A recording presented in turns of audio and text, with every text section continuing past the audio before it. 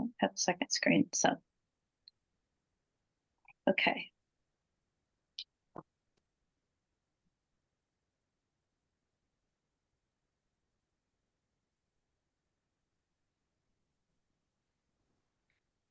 Good evening, everyone.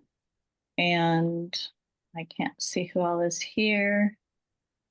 So Jessica says we have a quorum. We'll get started. So I'm going to call this meeting to order.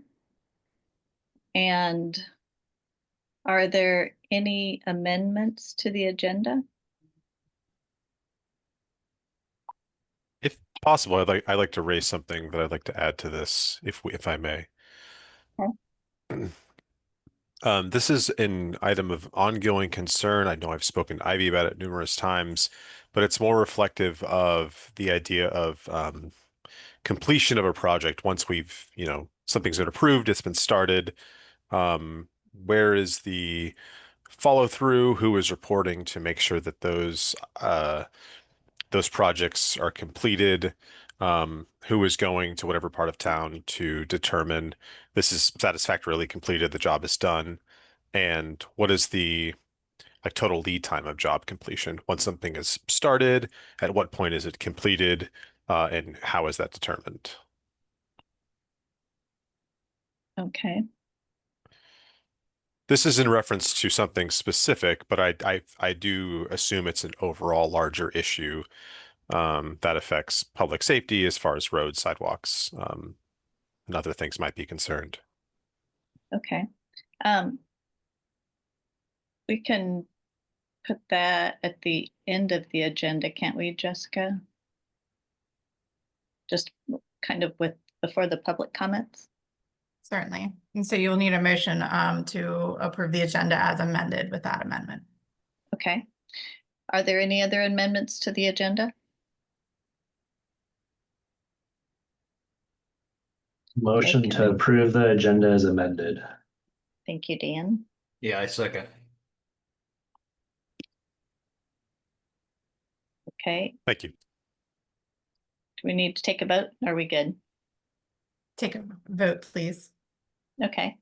Everybody who agrees with the proposed amendment, say aye. Aye. Aye. Aye.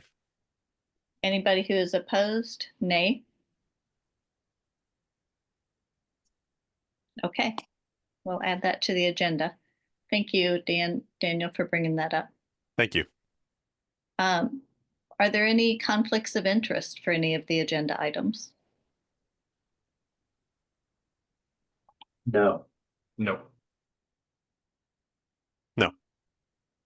Okay. I have none. So with that, let's get started on our discussion items.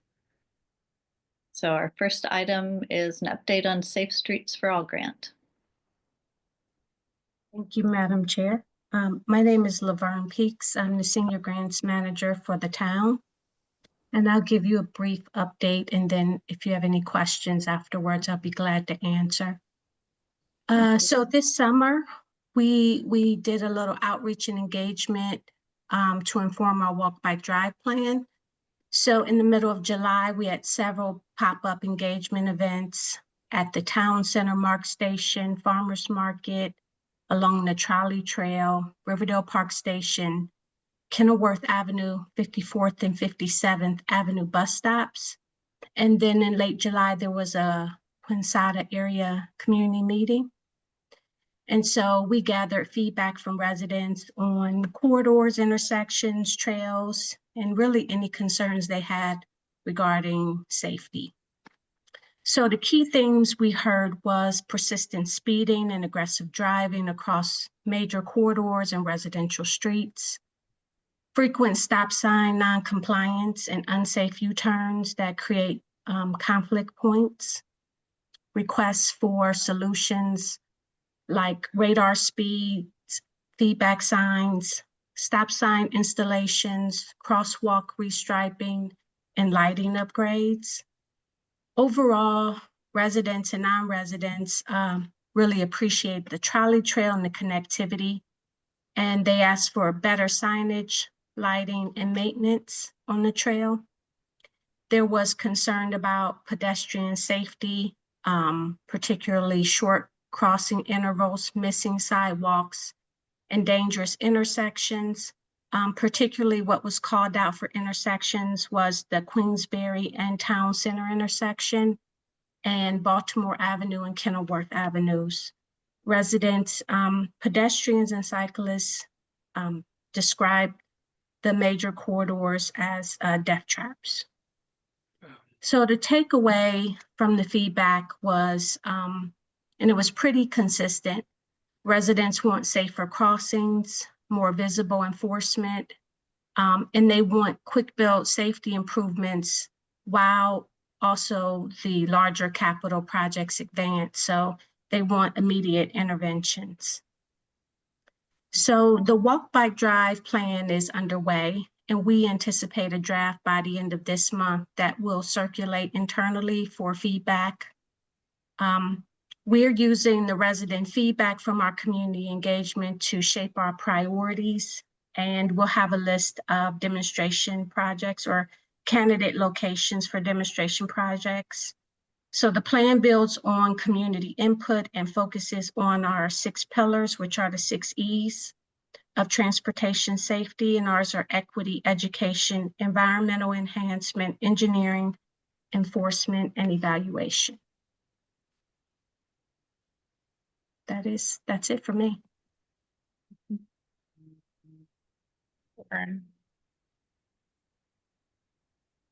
Any questions?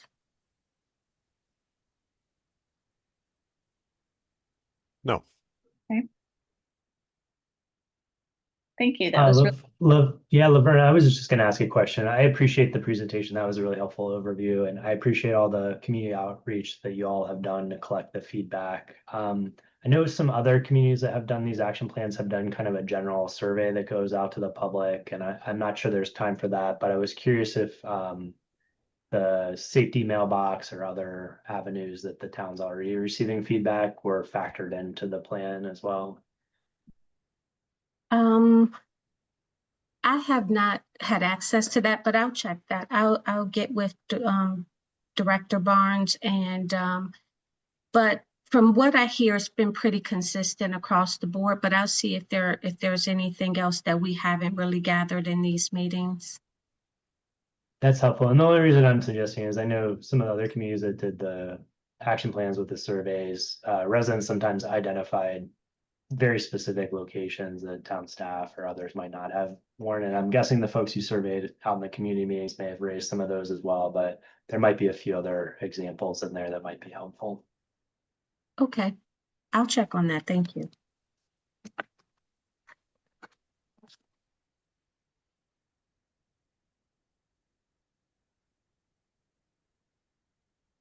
Okay. There aren't any other comments. I think my kitty may be visiting us. Madam Chair, if I may. Yes. At some recent meetings discussing the town center projects, the 2 town center rearrangement projects, then some attendees have mentioned that they feel like these projects are a solution in search of a problem. That there's not really much of a problem in the town center regarding safety. So I was wondering if Ms. Peaks might be able to provide us a rough number of people who called out the Queensberry Lafayette intersection as being a significant safety issue, just so I would have that information. Thank you. Yes, and I just provided a general overview. I do have specific, so at the town center, especially during commute times, residents said that it was a lot of congestion and confusion, and the layout and traffic flow was difficult. Cyclists weren't dismounting. So I have more feedback. I just kind of gave you an overview, and actually several residents requested a comprehensive redesign of that intersection at the town center. And I know we do have a town center project in the works. Okay, well, if you could possibly count up the rough number of residents who spoke up as that being a significant issue, then it might inform the council's future discussions on that topic. Thank you. Will Madam do. Chair, if I Thank could you. just interject, I was with Laverne on the day that we had the pop-up in the town center. And amazingly, a lot of the people I talked to, and I think there were 5 or 6 of them, they do not live in Riverdale Park, but they frequent the town center. So we've tried to distinguish that input from that we received from residents. And so we'll have a section in the supplemental plan with details about the feedback we received throughout this process. Wonderful. Thank you for that information. Great.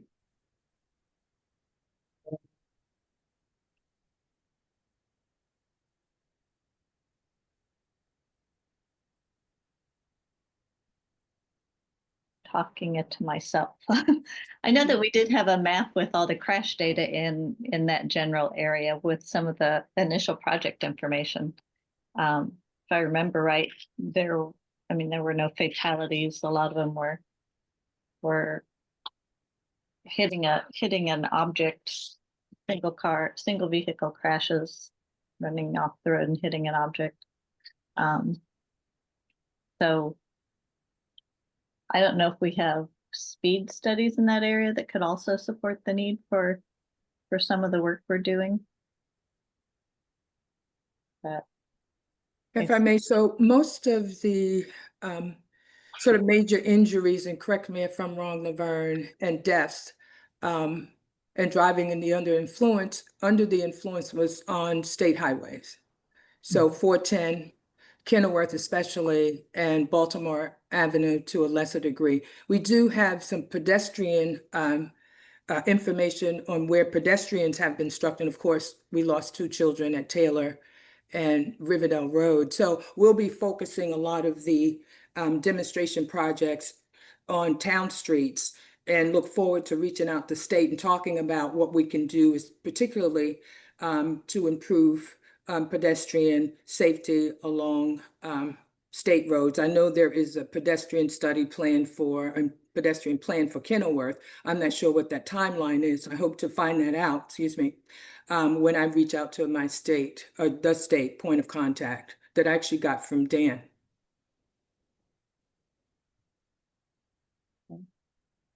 And so we can share that map at a future meeting or immediately after this one, so it can be reminded of where a lot of the concerns have, the locations where major accidents have taken place are located.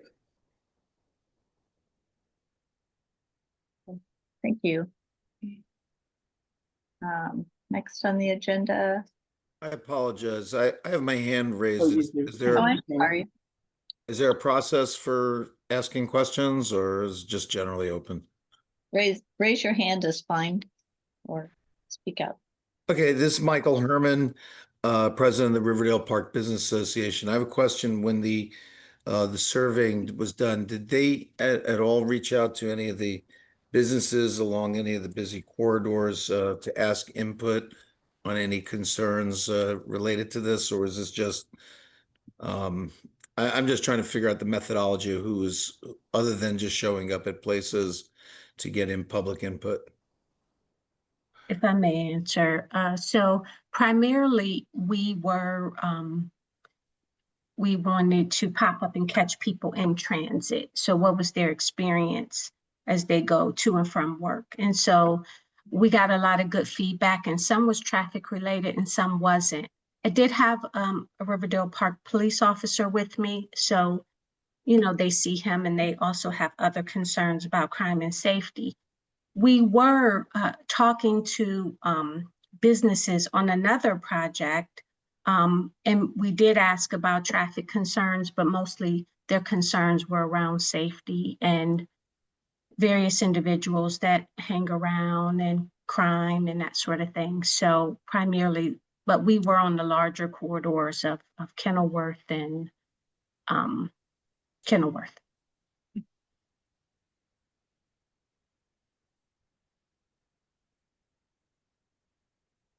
Okay, so I'm just asking, particularly when talking in the town center area and those areas around there, there was no outreach to the businesses to speak to them about any concerns about the safety or the pedestrian issues related to that, No, specific to this? Okay. no. But I think those And- issues are coming up in discussions about the town center project in the Totally Lafayette. Yep.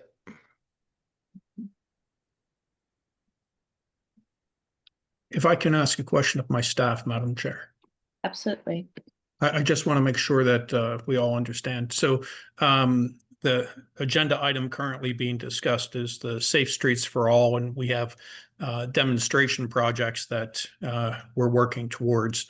And they are focused in the high injury network areas and the areas adjacent to those high injury network areas.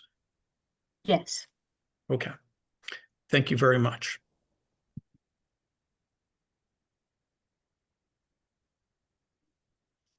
Is there any other discussion? Okay, now we'll move to item 2, an update on the Riverdale Road project, please. I'll handle that one. Good evening, everybody. We wanted to give you an update on this project that extends from Kenilworth Avenue to Lafayette. The improvements reflect what this body recommended several months ago, to have raised crossings at intersections along the entire corridor.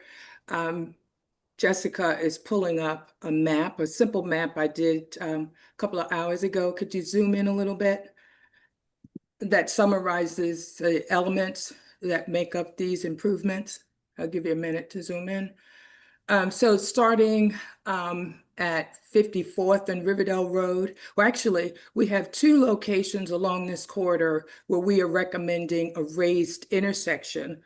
And that area would extend from behind the existing crosswalks to the center of the intersection. So all of that would be raised at 54th and Riverdale Road, as well as Taylor and Riverdale Road next to the elementary school. Otherwise, we're proposing raised crosswalks at Tanglewood Drive, the bike path crossing, and 48th and 49th Streets at Riverdale Road.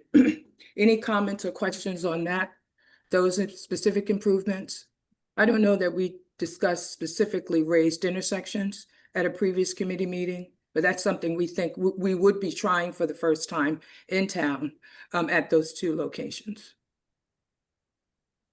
If I may, I just had one comment about particularly the Taylor and Riverdale Road intersection, which is, that is the location of the crash that killed the 2 children, and partly was it was the motivation for having this committee kind of to begin with, but I think the encouraging thing that I'm seeing here is just that the lack of almost any pedestrian like markings or intersections on pretty much the whole length of Riverdale Road was partly part of the motivation also to look at it a little bit more holistically. So but particularly that intersection is one that deserves some treatment, and particularly for the safety of the kids walking to school, among everyone else, but certainly to enhance the safety of the kids crossing the street to get to school. So I just wanted to provide that background. I don't know how long a lot of the people who may be on the call have been involved in this, but certainly that's, I think, a pretty significant thing to consider when looking at these recommendations. So just thought I would add that. I appreciate that. And one of the thoughts I had, even beyond the raised intersection at Taylor and Riverdale Road, is maybe paint that intersection. Children or kids' colors or the primary colors, and with interesting art, so that people pay even more attention to cutting through or driving through that intersection. That would be a quick build project under potentially, and I hadn't talked to Laverne about this, but a quick build project under Safe Streets for All, just to bring as much attention as we can to that intersection. So there are grants for that exact type of work They're available through Bloomberg. So we have funds through the Safe Streets for All to actually do the demonstration projects. And I think that would be a fairly inexpensive one, relatively speaking. So we have the funds in this occasion to do that work and to Yeah. sample that approach. I'm gonna put on my other hat for 2 seconds and just say, don't paint the crosswalks, paint the intersection outside of the crosswalk markings, please. Right. Yeah. Yes, because we have a standard. We use the Continental crosswalk. And so we would stay true to that. Yeah. Right. Madam Chair, can I ask for Director Lewis to provide just a little bit more information? Ivy, do we have a projected timeline for these projects? Well, actually, I was going to mention that as well. The project has been assigned to one of the town's on-call construction companies, E&R Services. They've actually started work already. In fact, I've asked them recently to update the schedule because things were a little delayed. So if I should have that way before the next meeting and I could just send it out. Okay. If not, it'll be for the next meeting. I did want to point out too, the improvements proposed at Riverdale Road in Lafayette. And the committee talked about that more recently. We actually had engineers from Pannoni come and present the results of the stop sign study.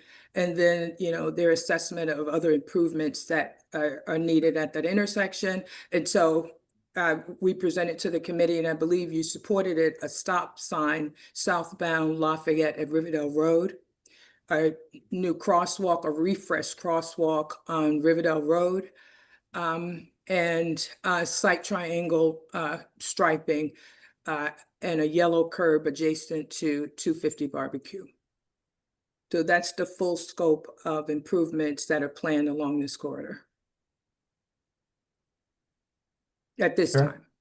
Director Lewis, could you clarify the site triangle striping? There's one that's to the east of Kenilworth Avenue.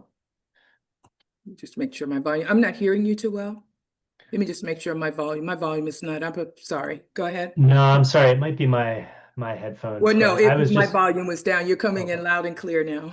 Okay, good. Yeah, I was just asking, there's a site triangle striping marked to the east of Kenilworth Avenue, and I was just curious what that specific area is.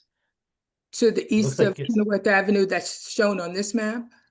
Yeah, Yes. It looks like it's over the I forget what culvert that is. It's north of the CVS. So that's not my marking. That's Okay. an errant marking, errant. or maybe that's my stop sign or crosswalk. Okay. That should have been at Riverdale Road and Lafayette. Sorry about that. No, that's Yeah. help. Thank you for the clarification. I won't tell you how crudely I put this map together. I'm embarrassed. No, it's very helpful to have a visual. No. Okay. It's very helpful. Thanks for putting it together. Mhm. And so again, I will follow up with the schedule as soon as I get it from the contractor. I will share that we started out with about 10 or 15 road improvement projects as part of this year's program, and we've continued to add to it over the last several months. So we're still trying to get cost estimates and an updated schedule for all of this work. We've had two sets of red line drawings to the design plan, modifications, but more so new elements, new projects that we want to pursue in 2025.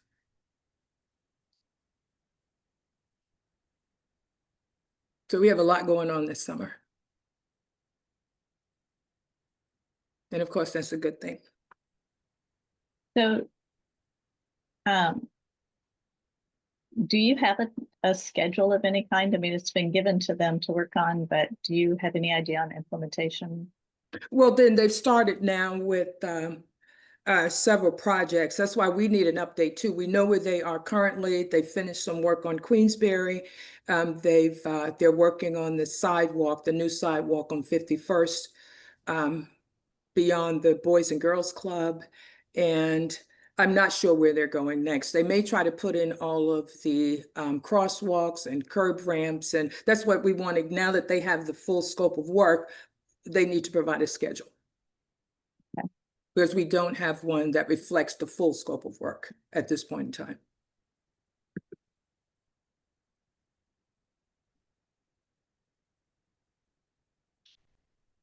Okay. And they tend to group improvements or work based on what materials are involved. So they could be anywhere and everywhere throughout the town. That's why we do need them to put it in writing, even if it is sort of back and forth across the town, that is. Yeah, that's a good Mhm. point. Okay. So is there any discussion? Okay, item 3 is using the WBD funds for Pepco lighting related to Lafayette Avenue, 47th Avenue Streetlight Project. I have that one as well. We'll pull up the photometric analysis that was completed by one of the town's on-call engineers. The town applied for and received community development block grant money from the county, I think totaling $195,000 for this project. The town added an additional $107,000. However, the cost of engineering and permitting and the installation of town-owned lights will consume all of that budget. Could you zoom in a little bit more, Jessica? So the project extends along Lafayette and 47th from Riverdale Road to, I always get that name wrong, Chief Chris Kyle. And the first half of the project are 13 proposed town-owned lights. Again, we have the funding for that. There's a recommendation to replace 4 high-pressure sodium lights on existing Pepco poles with LED at the town's 3,000 Kelvin standard, and then to install 4 lights on 4 existing Pepco poles that are currently without lights.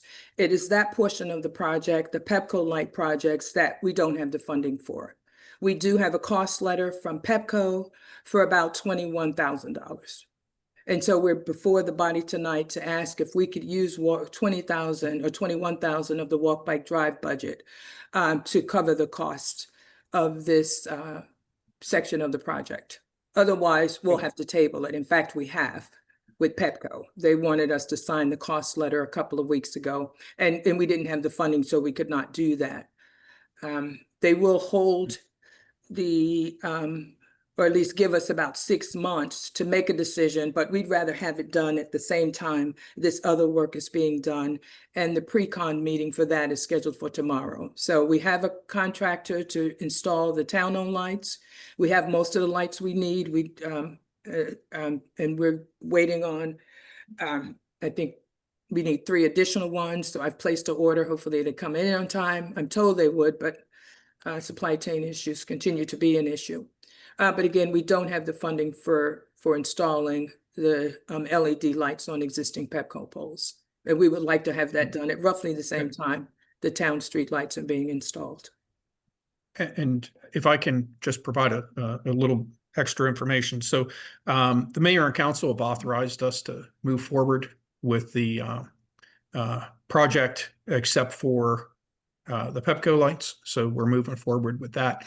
And we're not seeking authorization to spend the funds, the walk, bike, drive funds. That's left to the mayor and council. What we're seeking is whether or not there's objections here that you would like those funds to be used for a different project. So where are we as far as budget in our funds? Because I know I don't know when the town's fiscal year is or how much we've spent on Riverdale Road. Yeah, so the Riverdale Road, Ivy, I think that's coming out of just our road project funds, correct? We may need to fund it out of some of the walk, bike, drive funds. We're still waiting for estimates, the final estimates for the new items added to the work program from the contractor. So I can't definitively say we have all the funds we need for Riverdale Road. But we had already taken some of the funds that come in through the tax increase that was passed 2 years ago, where $351,000 specifically goes to walk, bike, drive projects. And so this is a walk, bike, drive project, but we didn't know if this group had other projects that they were interested in looking at. And if you do, then we can hold off on this and wait to hear from you what your thoughts are. And our fiscal year runs July 1 to June 30. Okay. And we exceed, so the minimum that we expend on walk, bike, drive is $351,000, but we exceed that by a lot because all the highway user funds, plus we put in transfers from the general fund, plus the Safe Streets for All money. So it far exceeds the 351. We're pulling from about 6 pots or CIP projects in this Okay. year's budget. Mhm. So I And guess, so it's possible we could fund Riverdale Road, but if we can't, we might need to rely on some of the funds in the walk, bike, drive capital projects. and I guess my question was, what kind of funds do we have in there if we're going to consider making a recommendation to use some of them for lighting? How much do we have in our checkbook before we start writing checks? Ivy, do you have the most recent update from Gentry? I'm checking now because I have my printed copy. No, it's Let me not. see what he it's put not out being on updated. Wednesday. Yeah. My printed copy is not up to date. Give me one moment. I don't know that we have other specific projects picked out. Yeah. And that's what would be helpful to the staff, much like you all came up with the thoughts on Riverdale Road, and we're now moving forward with those. If there are other thoughts that you have for additional projects, it would be good for us to start planning that. Either some small stuff for yet this fiscal year, or we've already started planning for next fiscal year.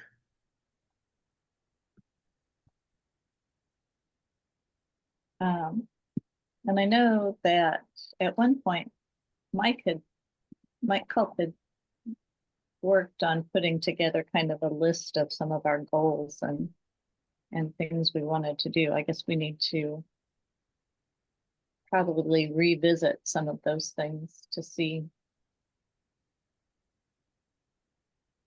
Yeah, Okay. I was unable to pull it up. So Yeah.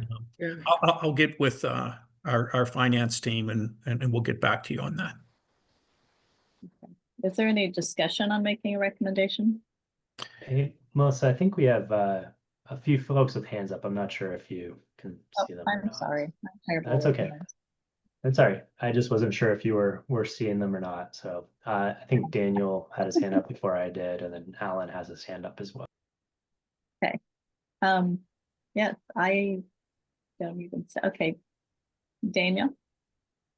Yeah, thank you, Dan, for pointing that out. I guess my question is, what is the opportunity cost of this? By doing this, what doesn't get done potentially based on how much money is being taken? Are there other areas of consideration where adding lights might be just as necessary or more? Is it only being done because it's a major project is already being done in that immediate area and you're just tacking onto that? I guess I wonder, are we kind of looking away from other potential areas that could be where this money could be used more? No, so a couple of things. So the approved project included the full scope. So the mayor and council had approved in the budget that this project needed to be done. Mm-hmm. And so that's approved. The issue is that we didn't have funds. So everything else as of now in the walk, bike, drive related in the various projects. So that's curb ramps, that's street and sidewalk improvements. Everything else that was envisioned is being done. What's not being done is this last leg of lights at this time. Sure. So we had to scale that back. So we can work with the mayor and council and fund that in fiscal 27, which starts next July. If there's a recommendation to use the funds elsewhere. So I don't want to put this back on you all, but you came up with the idea for Riverdale Road. What staff need to know is, are you currently working on other ideas for other improvements that we would take into account before we go and ask the mayor and council that we want to use this funds for the lights? That's really what we're asking for. Sure. Understood. And if you all want to take time to think about that and get back to us at the next meeting would be fine. And then we would have some numbers for you to consider at that time as well. Okay. Thank you. Alan? I'm actually happy to defer to Dan Barron. I believe he's a committee member. Is that correct? Yes, Yeah. thanks, Alan. Yeah, I was gonna ask something similar to Daniel, just trying to get a little bit more context, because to be just perfectly candid, I have a hard time tracking what's being funded from which source. But I do think there's probably a strong safety argument for completing the lighting project here, and to the extent there's any sort of benefit to doing it all at once versus waiting till next fiscal year. But I also just have a hard time knowing what we're necessarily giving up. So I think town manager's offer to bring some more context and details next meeting and just having a chance to think about it a little more would be helpful.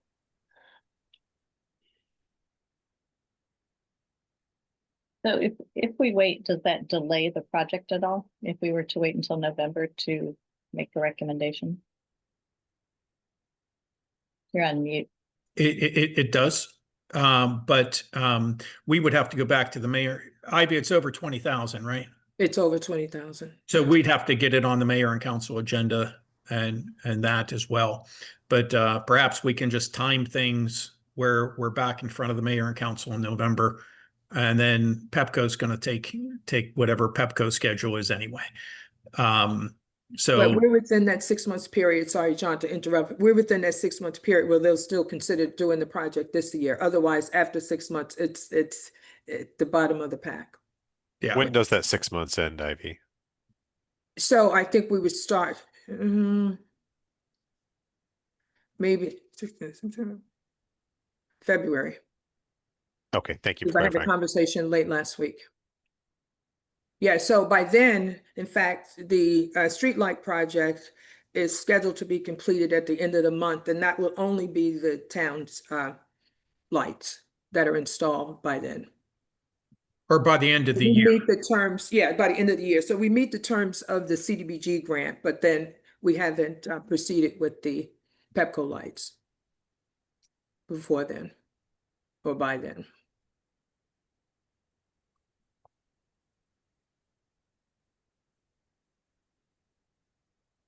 Okay.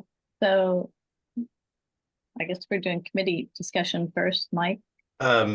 Yeah, thank you, Melissa. So I think maybe trying to summarize some of the things that I heard from Dan and Daniel. I think that there is maybe a little bit of ignorance, meaning that in a that not as a negative word, but as a state of being of like basically the budget that's been set aside for the Walk Bike Drive initiative. What amount of funding is currently being expended or committed for other purposes, and what is remaining uncommitted? Because I think that would be really useful information, just so that we can be a better participants in the conversation. And so it would definitely be good, I think, for us to kind of know that, because I think that I really don't know the extent of uh, the use of the funds for, I think there was a discussion about like how much of the funds were being used for Riverdale Road or not. And I understand that these things are fluid, so I'm not, I'm not criticizing that at all. I just think it's kind of hard for us to understand what we're actually committing to, and getting back to Daniel's point, the opportunity cost of spending the money here versus elsewhere. I actually think that since we came up with some of the recommendations for Riverdale Road, most of our time's been spent at trying to advise and participate in the work that's been done for the town center realignment and the Natoli Place project. So I think that this has kind of fallen off the radar a bit as far as coming up with projects that are not part of the grant, not part of the realignment project, and not part of the Riverdale Road improvements that we just talked about. Like what that other universe looks like, because I just think that the committee hasn't had a chance to like even, or at least I know I haven't had a chance to even really think about that. So maybe just some observations. And it's very possible that I missed something too. So I don't want to say that that's not a possibility. So, Madam Chair, can I respond with a suggestion? So perhaps on your next agenda, we can have our Deputy Director of Finance attend and provide an explanation for how the different buckets of money flow as it relates to walk, bike, drive. Because if you just look at the budget book, just in one bucket, we fully expect to expend $612,000 in this fiscal year. And then there's a whole nother bucket of money with the highway user funds. It's like 300,000. So in total, you're looking at about $1 million that the town is spending. The unallocated portion, we started the year at 100,000. I think we've dipped into that a little bit. So I got to talk with finance and find out how much is actually there. But the thought process was that we could use the 20 whatever from there to, unless you all have something else planned, something that we could do quick and point out, because that's the other part of this. If Pepco is ready to go, that can be done. If you have a larger project that's going to take some planning, that's something that we can bake into the budget for fiscal 27. So it comes down to timing as well.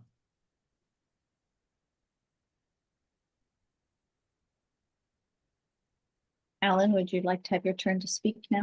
I would, and the town manager got most of what I was going to say, but I just wanted to clarify that in the budget there was $100,000 that was set aside for undesignated walk, bike, drive projects, and the thought was that the committee might be advising the mayor and council on how to spend that money at some point during the year, and so this is 20% of your sort of things you come up with during the year budget, and just as a slight aside, I believe that in the initial draft of the budget, that was a smaller amount. I think it might have actually been $20,000 less. And in the budget, then I suggested rounding up to $100,000, and it was adopted by the mayor and council. So if you want to view it that way, then you wouldn't be giving up quite 20,000 of what was initially suggested as your spending money for the year for small projects that you might come up with. So wanted to provide that context. Thank you. Thank you very much. That's good to know, because I didn't have that accounting in my mind. I thought we had a full 350 that we could kind of direct. But a lot of that was allocated to designated projects in the budget, and so this was just what wasn't allocated. And in full disclosure, there may be occasions where we're running tight on some other walk, bike, drive related thing, and I need to dip into there. And so there may be times where we just need to make that happen. Transfers within projects do not go back to the council. Or transfers within major areas, not within projects. So if we're running low on a sidewalk, I'm able to transfer money from different accounts to cover that.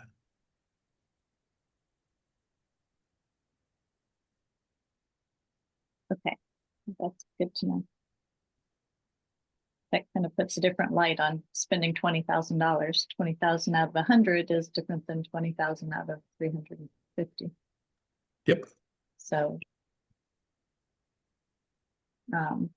yeah, if we can wait until November to make a decision. Sure.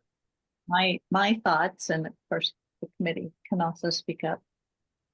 But I would propose that we get an accounting of our available funds prior to making this recommendation.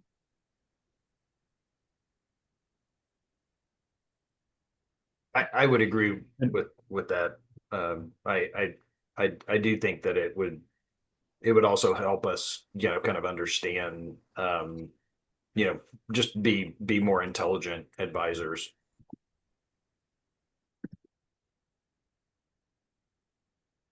Informed, not intelligent. Sorry, we're all intelligent people. Informed, sorry. Yeah, and it's not that I don't support the lighting. I think that doing it with another project is probably the most efficient way to get the work done. Typically it is anyway. I just think that we need to be responsible because we've been given this charge, and so we need to be responsible with that. So is there any other discussion? Okay.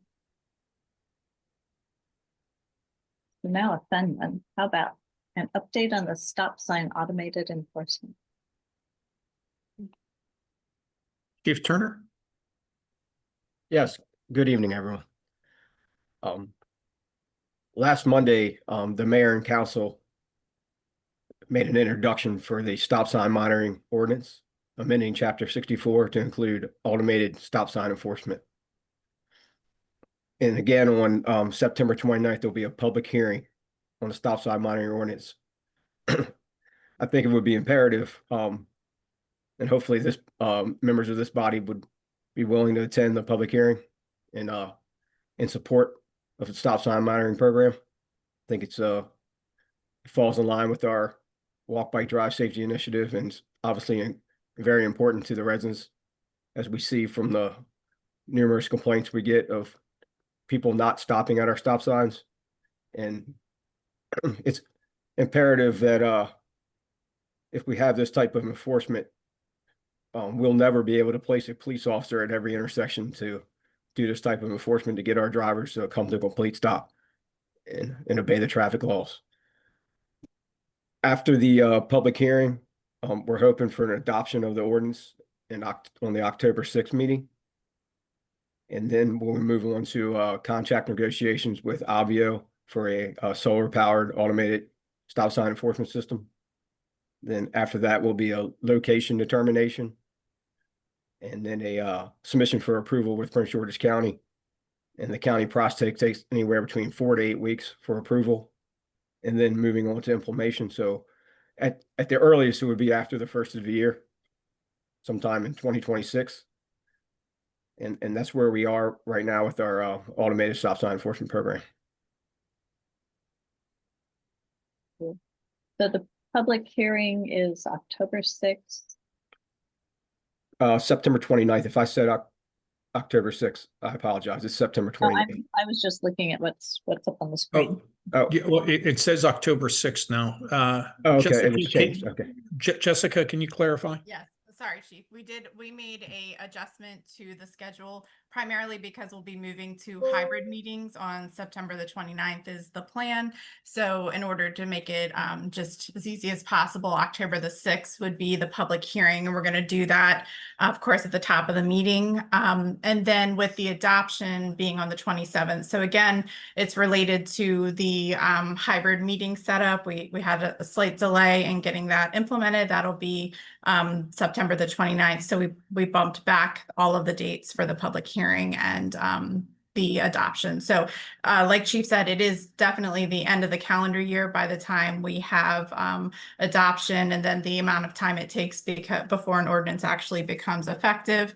And then we'll go through that process with the county. And if I can just add to this presentation, Madam Chair, Chief Turner used the word imperative. I'm not sure whether votes exist on the council to move this forward. And so I would encourage residents, both members of this committee and residents in general, if you have thoughts on this or thoughts on any topic that we have for public hearings, I encourage residents to participate and let your thoughts be known.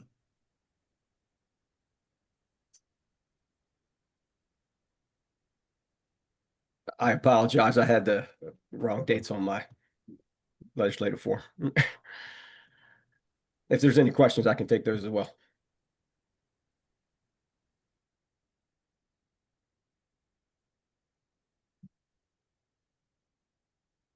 We had some police activity on my corner over the weekend, which I believe was somebody enforcing a stop sign roll through, at least. I wasn't paying attention until I saw the police cars.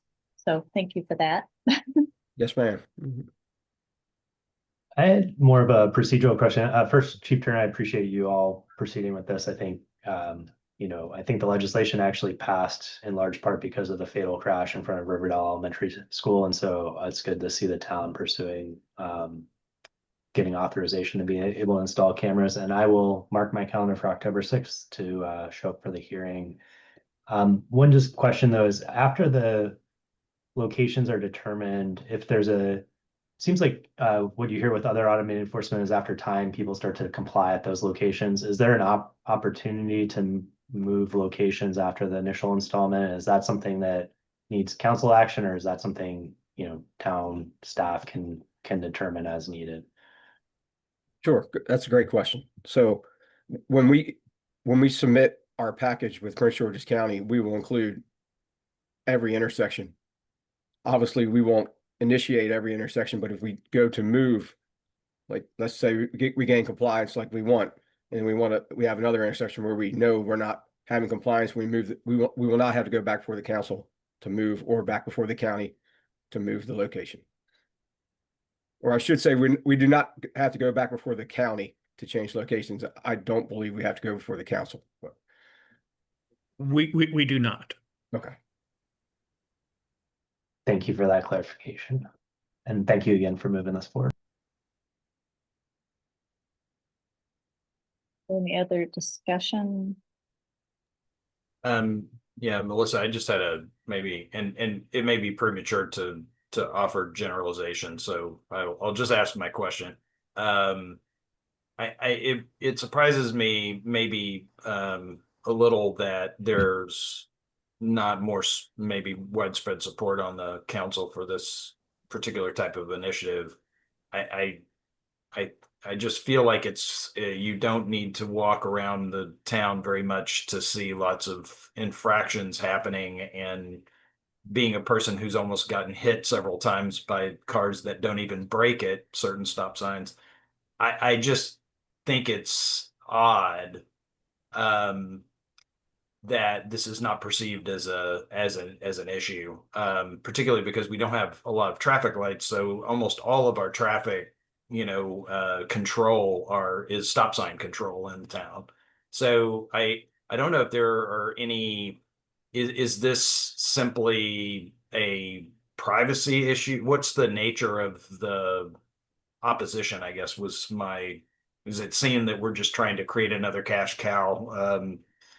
Collecting a bunch of infractions, get Madam, more money for the budget, or what is the and again, John, I'm not trying to put you on the spot. I'm No. just like I Oh, just don't no. understand the Well, I've been doing this for a long time, and I don't get involved in politics. And I don't speak for the council, and I Mhm. don't speak for individual council members. Mhm.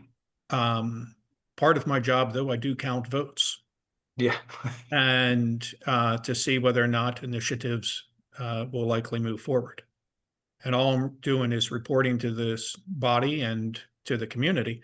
I don't know whether or Yeah. not there's sufficient support for this. I'm not making any judgments. I'm not saying that different issues are raised. I'm not speaking on the validity of any issues that may be raised. I'm simply encouraging the community to participate in a public hearing, whether that's for this initiative or against this initiative. That's for individual members of this committee, or perhaps the committee as a whole. If you take a position on this, or individual members of the community to voice their thoughts. And I would lightly caution the committee from getting involved in a discussion as part of the committee on the political side of things. You all are appointed by the council to carry out specific charges, and I would just lightly caution getting involved in discussions about individual council members or a council as a whole in terms of any position on any item while you're together as this group. Understood. Well said, John. Yep. Understood. Well, I would say that if anybody thinks that it's not important to stop at a stop sign, we should just pull out the stop signs. So, not political, it's just, if you're not gonna stop, why have them there? And Daniel, it's hard to see hands, so I think you've had your hand up, but if you're Yeah, trying you to. have a very light colored hand against a very light colored background. I'm sorry, go ahead, Dane. Fair enough. The opposition to this, regardless, I was to Chief Turner. I was curious how many intersections will this potentially cover? Is that not decided yet? And what potential intersections are we looking at? And then would the at the meeting coming up, would that be something that's discussed? Where do you think these are the main areas, or do you guys already have a plan for this? So we don't have a plan where each and every camera would go.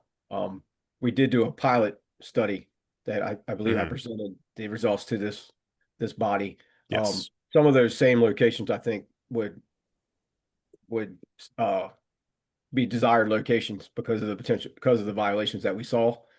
And it has to be in most of the town falls within a school zone, but the stop sign cameras have to be in a school zone. So high pedestrian areas, of course, places where we've seen or observed violations or our pilot program picked up violations, or we have accident data, those type of things. Okay. Thank you. Thank you. So will there be a map at the public hearing that shows like zones that are eligible for these cameras? Like if they're half a mile from a school or quarter of a mile or 500 feet? What that looks So like.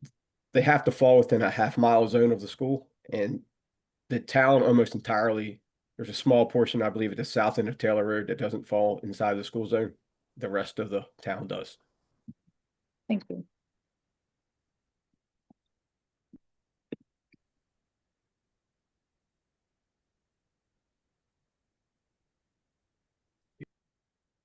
Good to know.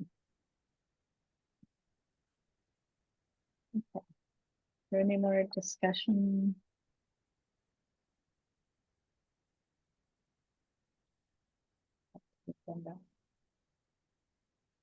And now an update on the Natoli Place redesign. Jessica, are you providing an update on where we are, or who's handling that? No, I'd be happy to. So tonight we're just providing the committee with an update, kind of where we are in the process. So far, we've discussed this. The recommendations have been made to the mayor and council. The 10% design concept recommendations have been made. The council has had several meetings of discussion. There's been some additional outreach that has been done to specifically businesses in the town center area. We've been meeting individually with business owners and actually making phone calls to every business just to make sure that everyone is heard. This item is scheduled to be voted on October the 6th as well. So on September the 29th, there will be some additional discussion at the mayor and council's meeting, just answering any questions that may come up, hearing any additional comments from the council or the community. And then they'll move to taking a vote on October the 6th. So that's just an update on where we are. We're still doing, again, the outreach to the businesses individually, and we'll be wrapping that up in the near future.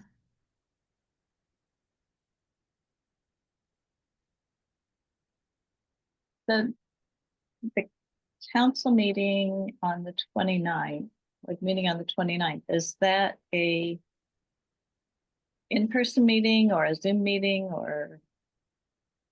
So we're planning for that to be a hybrid meeting. Of course, that'll be our first hybrid meeting in the new setup. So it's going to be a little rusty. It'll be our first time doing it, but we're very much looking forward to that. So there will be an opportunity for people to participate in person or virtually. Great. Thank you. And Jessica, have the microphones been received? I have not had an update, but they're supposed to be delivered today. So Yes. I will be, So we are meeting every day with the AV vendor to make sure we're on track. So I just want to caution, put a little caveat, that's provided the AV vendor receives their equipment and completes the install. And the training, John. All the And the training. training. All the training. And Michael Herman? Yeah, just a quick question. Are you differentiating the Natoli Place project from the project on the other side of the street or other side of the tracks, or are we talking about this in aggregate here? You mean at this time? I'm generally speaking to both. They're two separate projects, but I was speaking to both since they're on the same timeline at this point in time. Okay, so I do have a question. As of right now, how many different businesses have you spoken to and which ones have they been? I think we've reached everyone. We've called everyone and we've emailed everyone. Yeah. As of when? I'm sorry. I don't know the dates. But calls have been placed to every business in the town center and emails have been sent to every business in the town center. Okay. And how many different meetings have actually occurred with businesses? Because I've spoken to a number of businesses said they have not spoken with or heard from the town.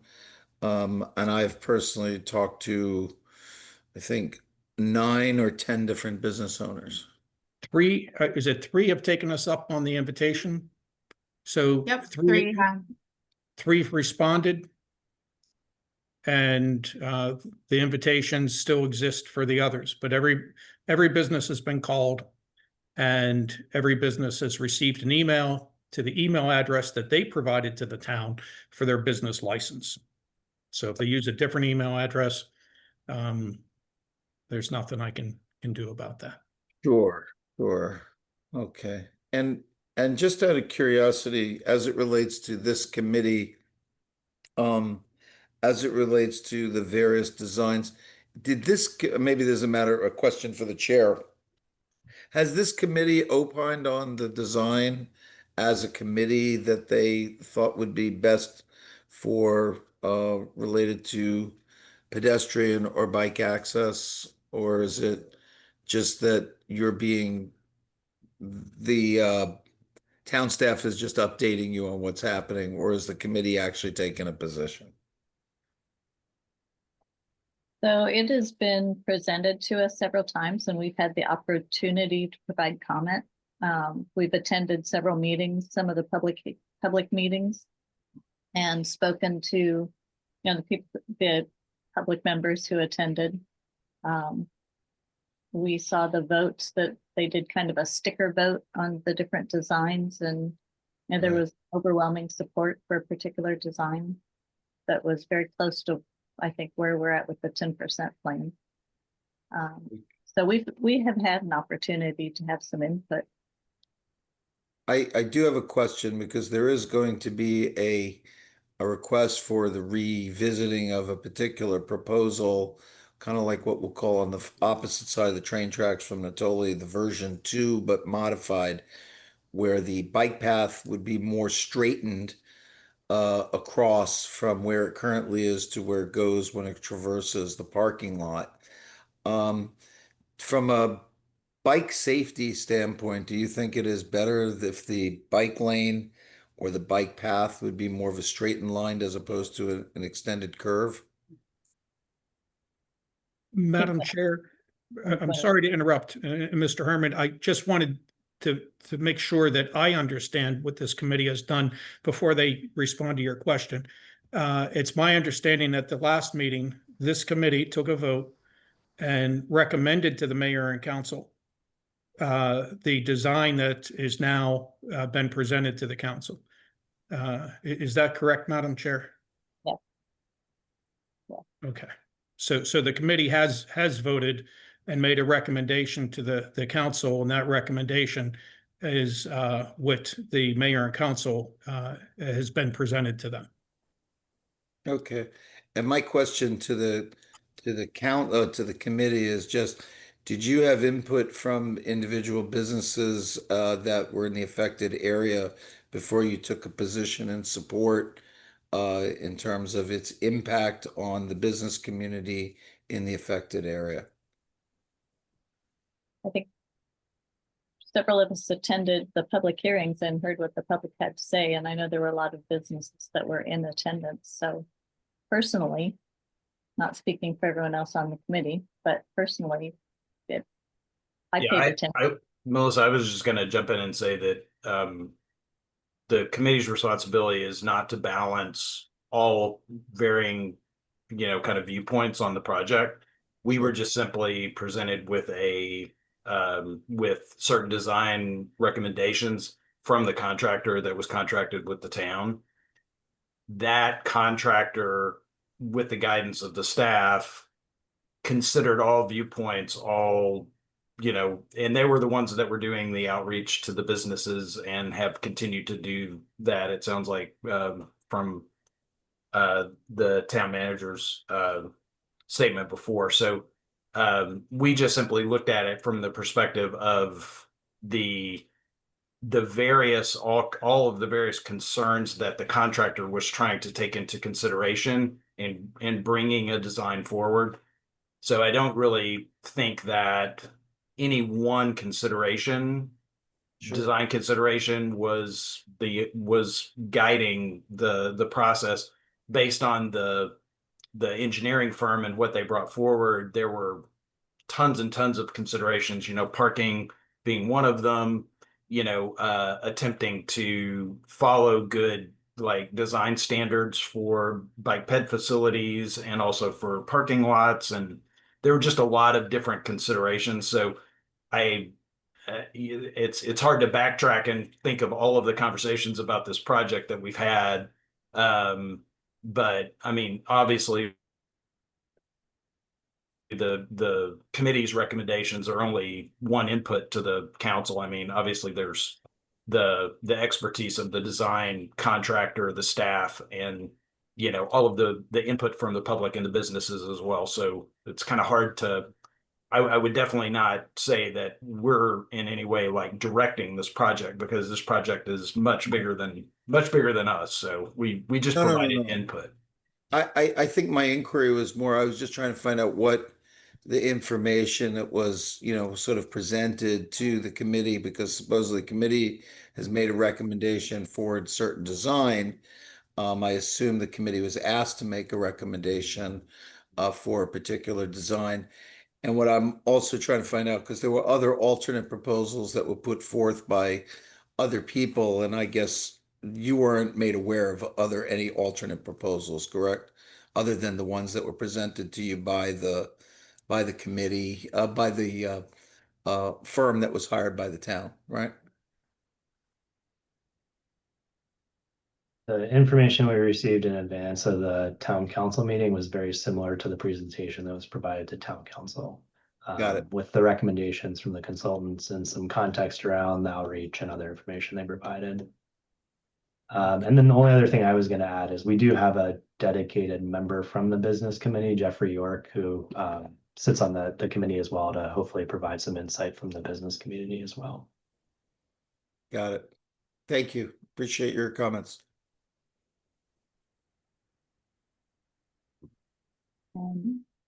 Alan?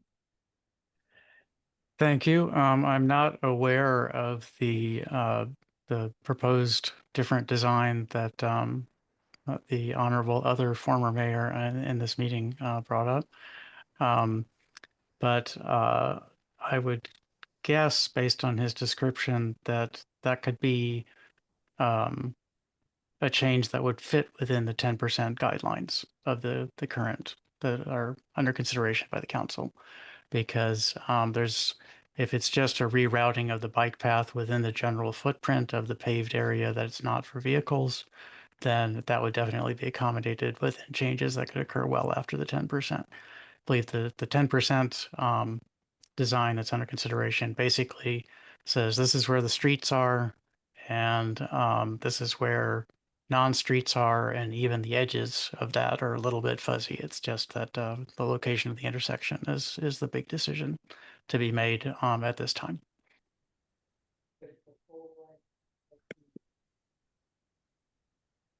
Thank you for that.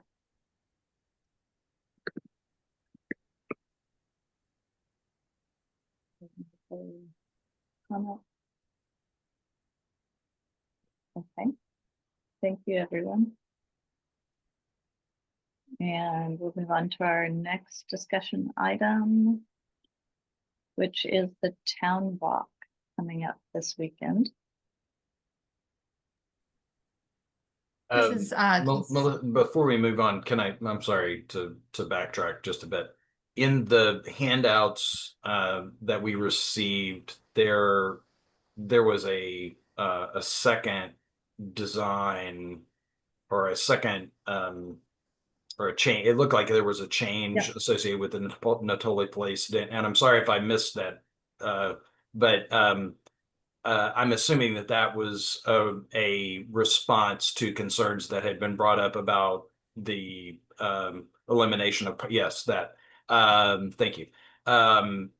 And looks like some additional, street side parking has been added on the other side of on the other side of the street, and also further up, that I guess the no parking area based on a curb and plantings, it looks like has been shrunk just a little bit, and that there's some additional parking. Is that, I just wanted to make sure that I understood what that handout was about, and so I just wanted to ask that question. No, Mike, thanks so much for bringing that up. So this was an example of, as we move past the 10% design concepts, these are some of the refinements that you're going to see. Of course, I want to be very clear, they can go add more parking, less parking. It all depends on what we find. But these are just examples of how this process is going to continue to move on. So we did hear some immediate response about parking along Natoli Place. And this was just something that the design team came up with, adding some additional parking spaces here and here. Now, we talked a little bit about our meeting with some of our business counterparts, our business stakeholders. There was some discussion about wanting parking here. So there's plenty of changes that still can be made. And so that's really what this is trying to show. So again, there's some additional parking right where my cursor is. I hope you can see that. And that's across the street from the already designed off-street bump out, if you will, bump in. And then here's some additional parking near the Veterans Monument. So it was just an example of some different things that we'll be able to do. There's a lot of details that'll be coming in the next phase of the project. There's a charrette that's planned, all of those things, all those fine details will be sorted out as we move forward. But just like Mayor Thompson was saying, the main design and the placement of intersections and roads and things like that are what we're looking at right now. Okay, yeah, thanks. I just want to make sure I understood that particular handout before we move forward. So I think that's great. Thank you. Thanks for asking, Mike. I appreciate it. Thank you very much, Mike, because I was looking at these on my phone and I didn't catch that. I had to go back and forth several times, but one of these things is different than the others game where you're trying to find the differences. Okay. Definitely. So let's hear about our town walk. So in the spring and the summertime and early fall, the town does walk and talks.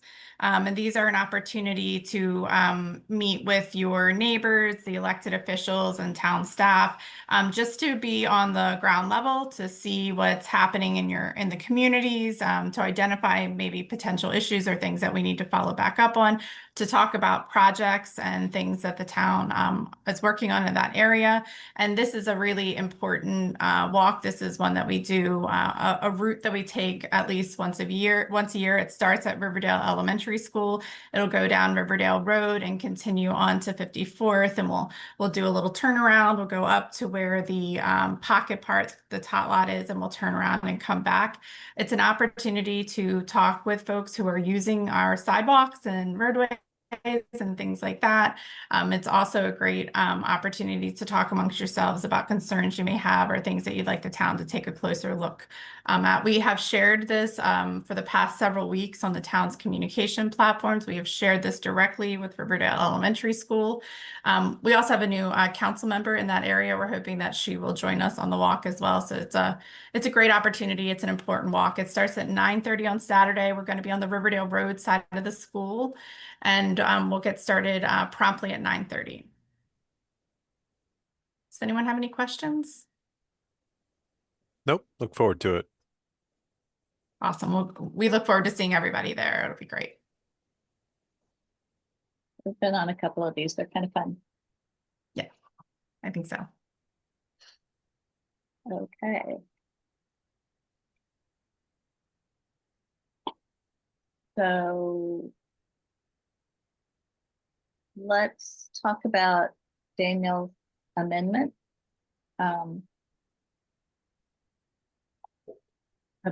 About how we learn about the follow through on some of the recommendations that are made to the town staff. And if I miss something, Daniel, you can feel free to speak up. Yeah, that is in some way, or the majority of the way, that is what I was getting at, was how do we know if these projects are being completed, who is following up, and how is it, how is that shared with members of the community? In addition to, there are projects, and I'm not entirely certain where the funding from those projects come from, so it may not really be relevant to this committee. But I have seen examples of projects throughout the town that have been started and abandoned, and there's been no movement on finishing said projects. So I'm curious how that's determined. Does somebody check in on these projects after they've been started? Is it? Sorry, go ahead. Well, I wanted to ask, can you give an example? Because I'm unaware that we've abandoned any project. Right. Sure. There's a very specific example on Quesada and 54th, in which a sidewalk construction was started and abandoned, I would say 80% of the way through the project. The sidewalk was built, but there has been no, I think for at least 3 months, the project has been abandoned. Where there is, what would you call it, like an extension, a bump out from between the sidewalk and the street itself, where there'd be some kind of a median between pedestrian traffic and the cars. There is a ditch in which otherwise would have been filled with, soil and grass or whatnot. In addition, the any remaining street signs that were there have not been placed, or road signs indicating parking restrictions, etc. And these are major safety concerns to pedestrians. Lighting is limited there. If you're not paying attention, you could easily step into one of these, this stretch of, ditch that is there. And then, that could be a whole other bigger problem. So that is one very specific example. And if I can respond to that. Please. One, thank you for bringing that up. Ivy, if we can check on that area. That's going to be most likely related to the Purple Line. That's not a town project. So the Purple Line's been doing work over there with sidewalks and what's going to be a road that goes through the shopping center.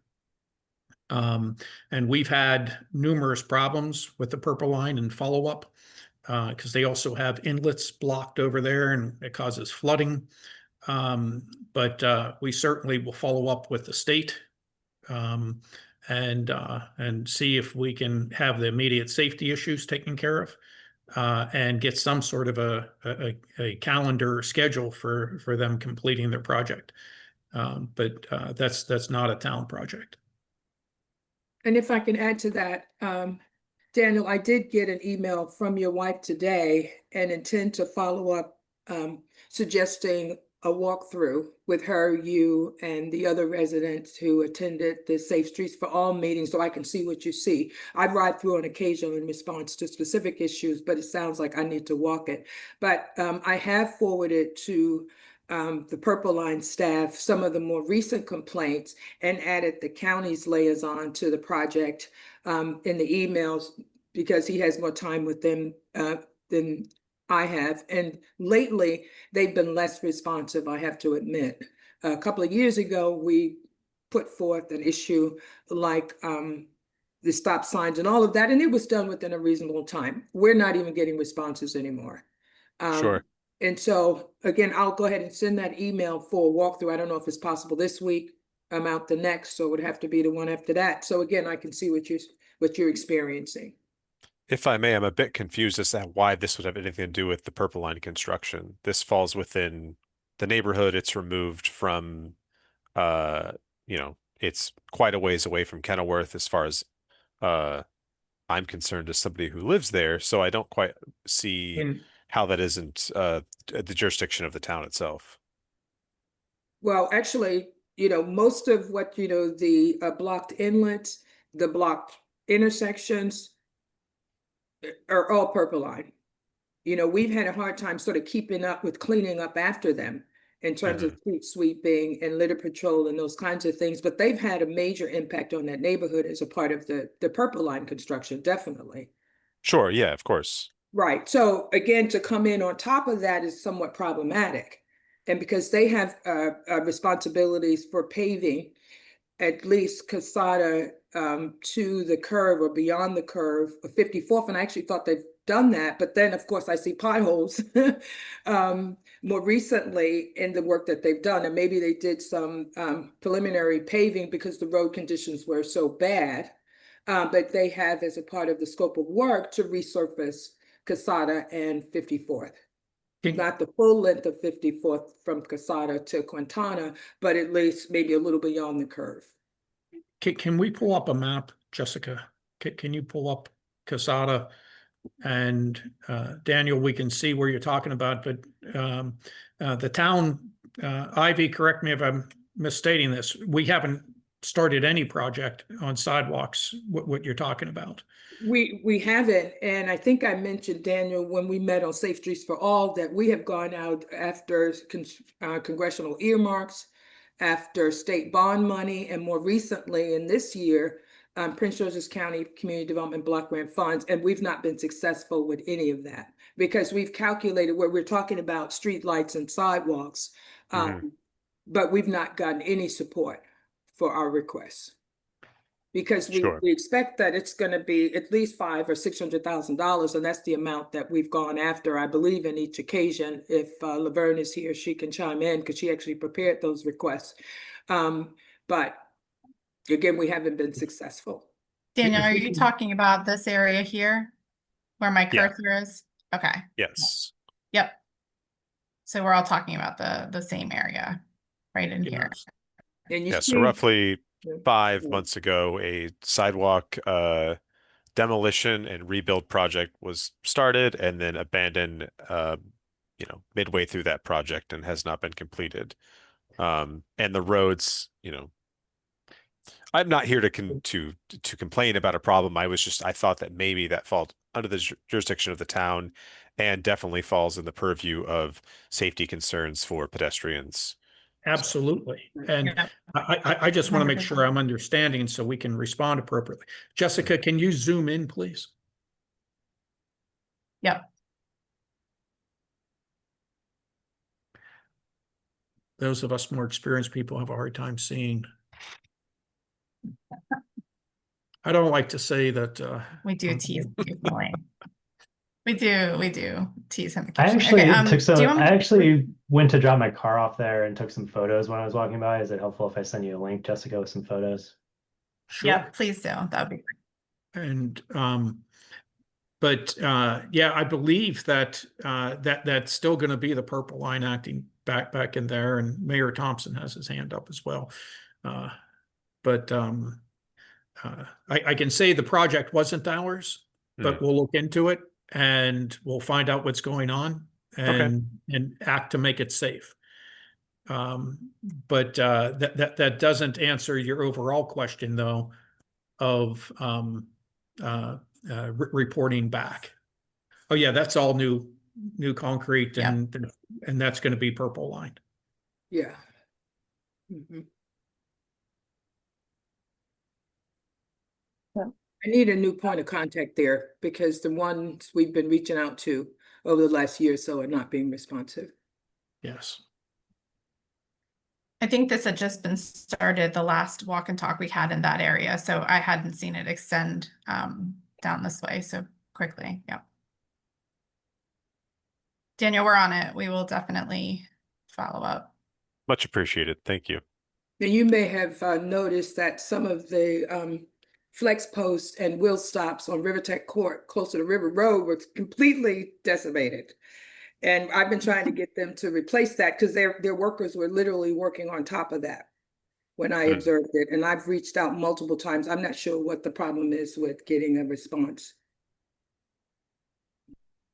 So, Madam Chair, if I can respond to Daniel's overall question of how the committee learns where we are on projects.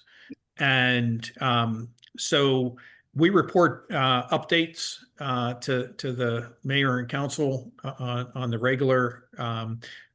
So we can certainly, when we give an update to the council, make sure that you all receive an update of the memos. Those packets are available online as well. Projects generally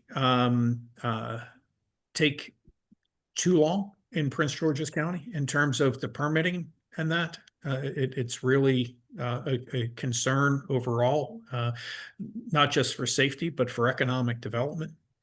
And I will say though, like the road projects, how many road projects are we trying to get done here, Ivy? Is it 13 or so? So I think we're up to, if you think about, count the curb ramps or the intersections where we're putting curb ramps and crosswalks, I'm thinking we have about 25 now. It's grown from Okay. that original list. Okay. Quite a bit. That's why we're So, pulling from, like I said, 5 or 6 different CIP projects to fund it all. gotcha. And so, but those projects, we will be discussing and providing updates when they're done. Because every year, we at least hit in the mid-teens in terms of what we call walk, bike, drive projects. They could be accessibility ramps, curbs, sidewalks, street overlays, speed bumps and humps.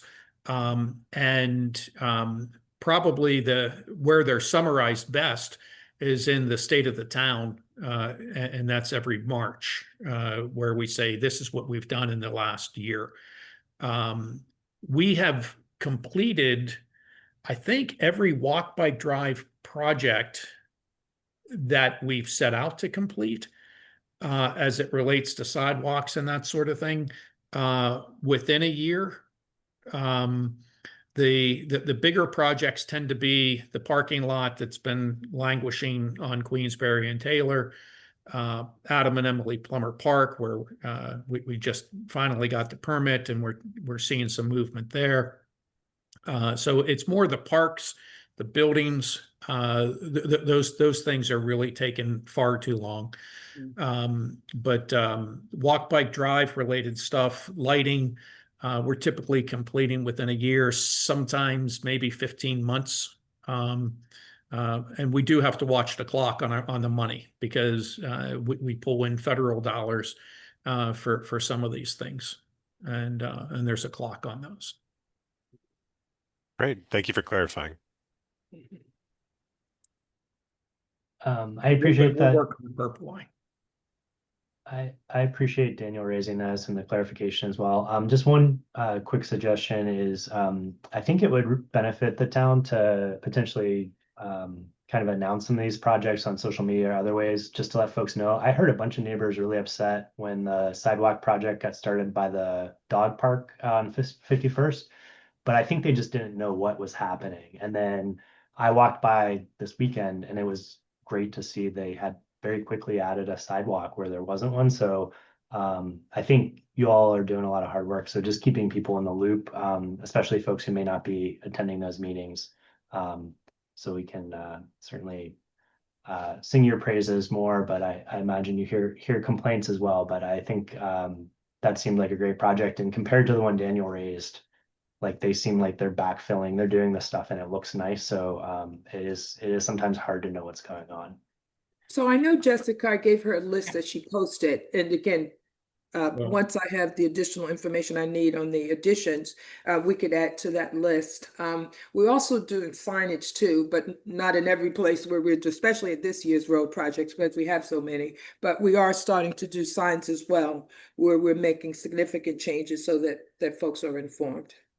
But it's on the town's website, and I would think the other social media platforms. Yeah, we've been sharing for the past couple of months because we've been down this road very recently. I think we all remember when we first put up the protected bike lanes on River Tech Court. So we have been sharing the list. It's coming soon. But of course, until you start seeing dirt move, no one is concerned quite yet about it. So we are always looking to continue to do better at communicating those things. So Dan, I like that idea. Ivy has been working with us to get some signs up for our larger projects. You'll see those soon. And we'll look at different ways for the street projects. So there's a lot of them. I mean, there's a lot happening. So we've posted them on the website and social media platforms for the last 3 years, this annual road improvement project, but I don't know that people know to go there to look for it. Yeah. Dan, I'll simply say point taken.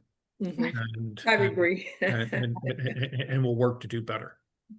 I know you all are doing a lot. Just a suggestion, because again, I think folks, if they knew it was a sidewalk, would have been excited, and I think there was like concern what's happening and things like that. So well, and with parking in that case. And yes, so, and we've heard from some of the residents there concerned, can they actually back their car out of their driveway? Is there enough room and that sort of thing? So point taken, and it's a work in progress on communication. And for your information, we are banning parking where the road narrows, where the new sidewalk is put in the street. So those curbs will be painted yellow. And new signs will be put up. It's a beautiful sidewalk though. I actually saw them working on it last week.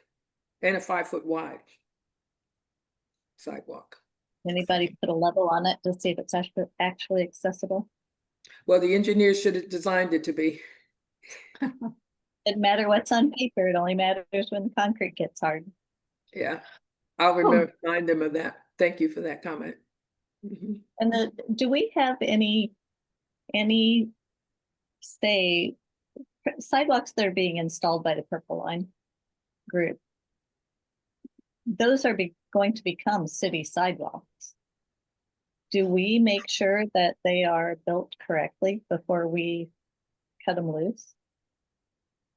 It's really not a issue of cutting them loose. Oh, I know. They're putting them in. We have no authority over the state. The state is responsible for ensuring anything that they build is compliant with all existing relevant laws and code sections. If we find something that's not, we'd certainly report that to them and request that they correct it. But it would be a request. We have no jurisdiction. I know who does. Tell us. Well, it's the federal government if they're not compliant with ADA. And Oh, they, of course. the office I came from, and the person who now sits about 50 feet away from me. But I So- tell you, when I saw those new sidewalks go in up against the curb, I wouldn't feel safe walking on it. Even if they met ADA, it's just, there's no buffer. There's no tree box that would normally buffer it, or a wider sidewalk would have helped. It's harrowing to try to walk that sidewalk with traffic speeding by. Yeah. And that's, I mean, those are the kind of comments we need to hear from not just us, because I think people walking their dogs and just general public, we need an opportunity to speak up to people and say, you know, this, yes, it's compliant with some rule, but it's not good engineering, or it's not comfortable. It's not a complete street. It's just a sidewalk next to the curb. But don't know how far we can stretch, so. Okay. Go all the way back up. And are there any public comments?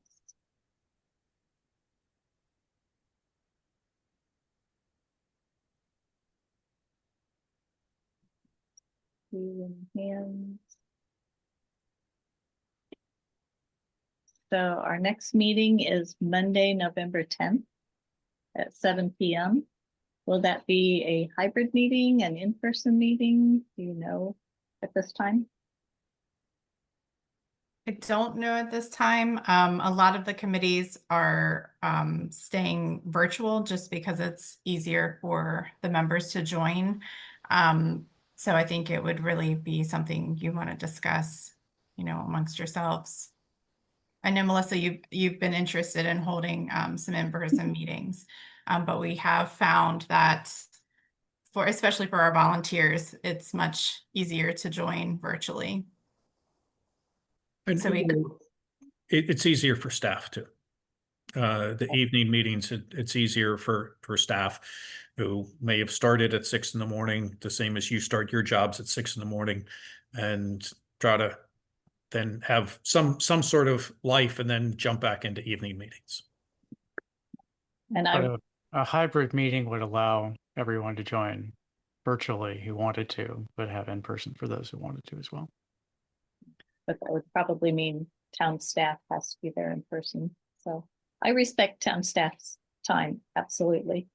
But I do think it's always beneficial to meet in person when we can, but I absolutely respect your time and appreciate the time that staff puts into these.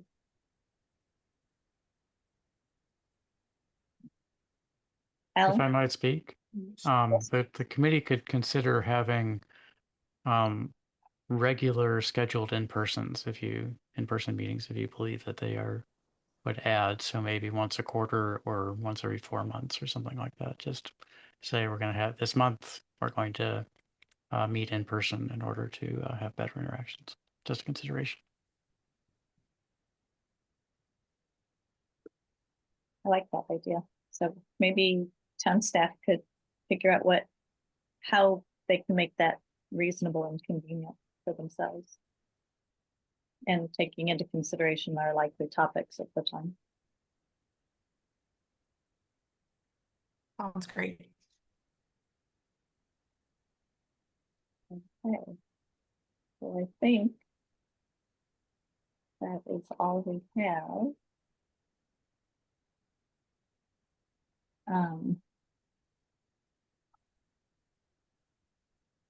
So can we have a motion to adjourn?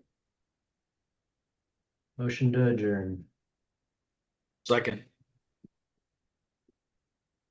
Everybody who agrees, say aye. Aye. Aye. Everybody who wants to stay and talk to themselves, say nay.